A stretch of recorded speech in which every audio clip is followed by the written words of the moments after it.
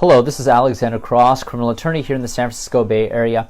Be sure to subscribe to our channel, Law Offices of Cross and Associates, if you would like to learn more.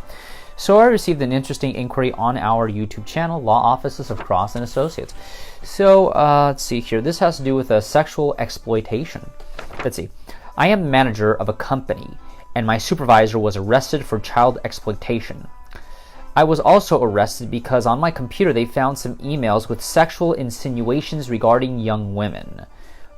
But only the supervisor had access to my computer. What do I do? Well, first of all, in that situation, please shut up. Don't say anything. You have the right to remain silent. Anything you say or do will be used against you in court. Don't speak. Remember, you have your Miranda rights. Also, the other thing is this. Okay, let's say there are sexual insinuations regarding young women. Okay, well, those in and of themselves, those are not illegal. Now, if there's child porn in the computer, yeah, you could have a problem there. But, you know, if you're just making comments, maybe you saw some 16, 17-year-old girl, I know they're minors, but it's not illegal to make comments about them as long as you're not speaking to them directly. You know, if a man is speaking to another man about some 17-year-old they saw, it's not illegal to make comment. Touching is one thing, talking about it is another. But what's really going to have to be investigated here is basically when you would use the computer versus when your supervisor would use the computer. Also, if there's anybody who could attest to maybe the supervisor's behavior versus your behavior.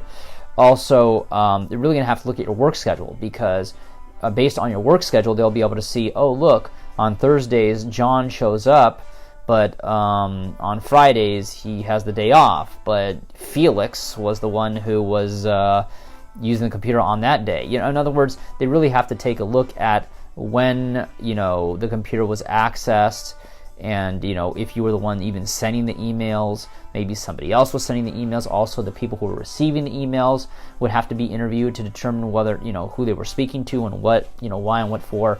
So, I mean, I understand that it's something that looks bad because if it's on your work computer, but since you were not the only one who had access to that computer, and it was your supervisor who had access, there could be a good chance that it was all your supervisor and not you.